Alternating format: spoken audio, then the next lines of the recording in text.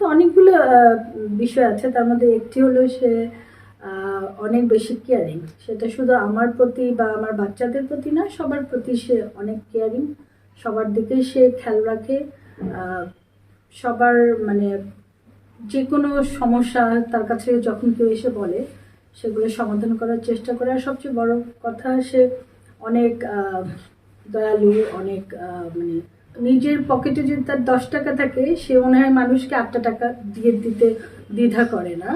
আর আমাকে তো মানে প্রচণ্ড লাভ করে, প্রচণ্ড কেয়ার করে, তো বলার অপেক্ষা রাখি না। সে সবসময় যখনই তার ওরকম মানে অপরচুনিটি আসে বা সে যখন কোথাও যায়, কিছু দেখে, সবসময় আমার কথাই চিন্তা করে। কিন্তু একবার বিশেষ করে একবার সে ঈদের মধ্যে সে আমার জন্য কাপড় কিনতে গিয়েছিল একা একা যে সে একবার কাপড় কিনে নিয়ে এসেছিল আমার জন্য, এবং সেটা ছিল একটা লাল রঙের কাপড়। ওয়ালটন আবারও মিলিনিয়ার অফারে ওয়ালটন ফ্রিজ কিনে আপনিও হয়ে যেতে পারেন মিলিয়নিয়ার। মিলিনিয়ার ছড়াছড়ি দেশ জুড়ে, এটা শুধু ওয়ালটেনই পারে।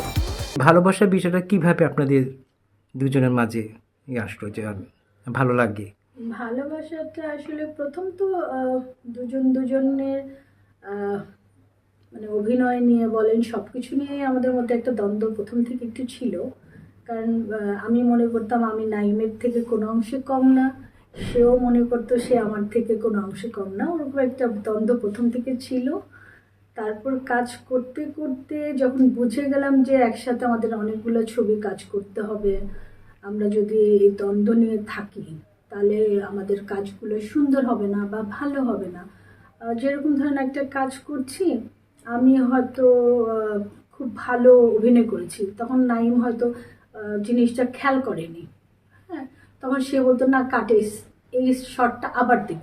আবার আমি যখন দেখলাম যে না, আমি নাইম একটু ভালো করে ফেলছে যে এই শটটা দিতে যেয়ে, তখন আমিও চিন্তা করতাম না এটা কাট, আমি আবার এর থেকে বেটার কিভাবে দিব। তো এরকম আমাদের মধ্যে একটা কম্পিটিশন সবসময় ছিল কাজের ক্ষেত্রে।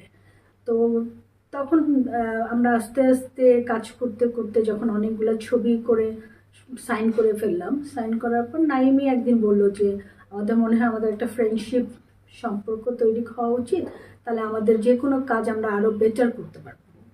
তখন আমরা মানে সেই প্রথমে হাত বাড়ালো, আমি হাতটা ধরলাম, হাতটা ধরেই তারপর একসাথে সুন্দরভাবে ফ্রেন্ডশিপ, ফ্রেন্ডশিপ থেকে আস্তে আস্তে ভালোবাসা, ভালোবাসা থেকে তারপর বিয়ে। আচ্ছা, আপনাদের তো আমরা জানি যে চোখে চোখে ছবির লোকেশানে বোধহয় এটা মানে ফাইনালাইজ হয়েছে। ফাইনালাইজ না, চোখে চোখে ছবির লোকেশনে নাইম প্রথম আমাকে বলে যে আমরা ফ্রেন্ডশিপ করি, মানে আমরা আজকে থেকে ফ্রেন্ড হই। তো আমি আজকে থেকে তার সাথে ফ্রেন্ডশিপ করলাম, ফ্রেন্ড হলাম, তারপরেই আমাদের পথ চলা শুরু হলো। এটা বোধ হয় 93-তে প্রথম উপহার কে কাকে দিয়েছে? ওটা আমি নাইমকে দিয়েছিলাম। আমি নাইমকে দিয়েছিলাম কারণ ওটা নাইমের জন্মদিন ছিল। তখন পর্যন্ত আমি কোনো ছেলেকে কোনো উপহার তখন কখনো দেইনি। তো না দেওয়ার জন্য আমি বুঝতে পারছিলাম না যে ওকে আমি কী উপহার দিব।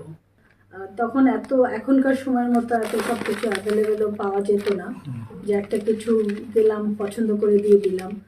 তখন আমি নাইমকে জিজ্ঞেস করলাম যে তোমার সামনে জন্মদিন, তোমাকে আমি কী দিতে পারি, একটা কিছু দিতে চাই। তো প্রথমে তো সে কোনোভাবেই নেবে না, না না না প্লিজ আমার কিছু লাগবে না, সব আছে। তারপর আমি বললাম না, দিতে তো আমাকে হবেই।